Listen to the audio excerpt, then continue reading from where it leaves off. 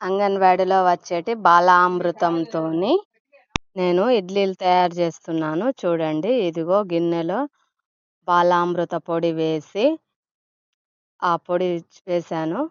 మాకు సరిపోయేంత పొడి వేసి అందులో వాటర్ పోస్తున్నాను.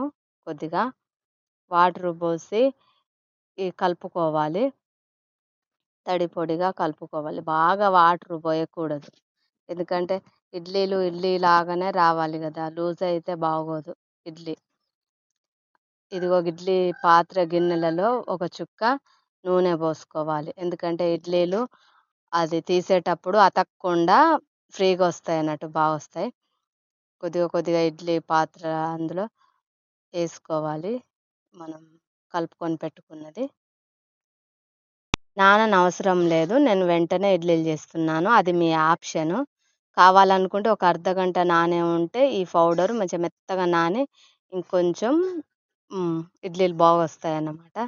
కానీ ఇప్పుడు మేము వెంటనే తినాలనుకుంటున్నాం కాబట్టి ఇప్పుడే వెంటనే చేస్తున్నాను. వీడియో తీస్తూ మాట్లాడడం కాబట్టి కొంచెం కష్టమవుతుంది మాటలు, అందుకే స్లోలో వస్తున్నాయి. ఫస్ట్ టైం కదా ఇలా వీడియో షూట్ చేయడము. నా ఛానల్ ఫస్ట్ టైం చూసే వాళ్ళు ఎవరైనా ఉంటే సబ్స్క్రైబ్ చేసుకోండి. నా ఛానల్లో నా ఒరిజినల్ సాంగ్స్ పెడితే ఎక్కువ చూడరు కదా, అందుకే ఇలా నాకు వచ్చిన వంటలు కూడా పెడదామనే ఉద్దేశంతోనే పెడుతున్నాను. ఇడ్లీ గిన్నెలో కొన్ని నీళ్లు పోసుకోవాలి, ఎందుకంటే అడుగంటకుండా మళ్ళీ ఆవిర్లతోనే ఇడ్లీ ఉడకాలి కదా. ఇడ్లీలు వేసాను. ఇక ఇడ్లీ పాత్రలో ఈ ప్లేట్లన్నీ పెట్టాలి.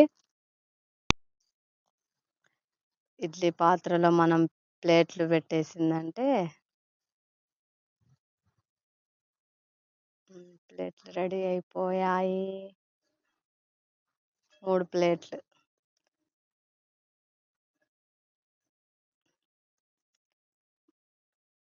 మూత పెట్టేసుకున్నాము.